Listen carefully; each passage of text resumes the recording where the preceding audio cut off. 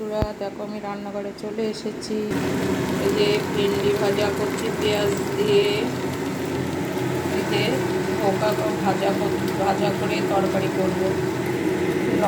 কালো জিরে লঙ্কা ফোড়ন দিলাম, এই যে একটু হিং ফোড়ন দিচ্ছি।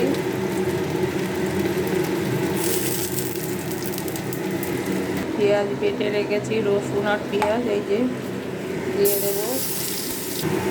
আদা, টমেটো, লঙ্কা, জিরের গুঁড়ো, ধনের গুঁড়ো, একটু নুন, একটু হলুদ গুঁড়ো। এবার এটাকে তেজপাতাও দেবে, তেজপাতা দিয়েছি। ধোকা রান্না করবো বন্ধুরা, তোমাদের কিন্তু ধোকা দিচ্ছি না তাই বলে। কাশ্মীরি লঙ্কার গুঁড়ো,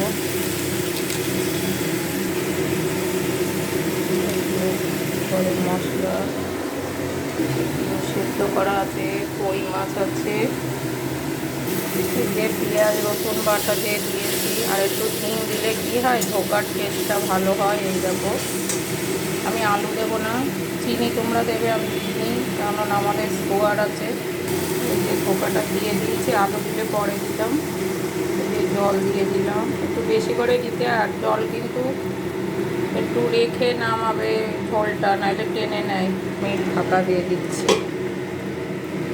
ঢাকনাটা খুলে দেখি, দেখো হয়ে গেছে। একটু গরম মশলা দেবো,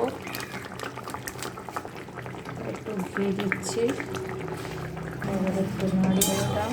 হয়ে গেছে কিন্তু আমার, দেখো কমপ্লিট। থালায় নামিয়ে নিয়েছি।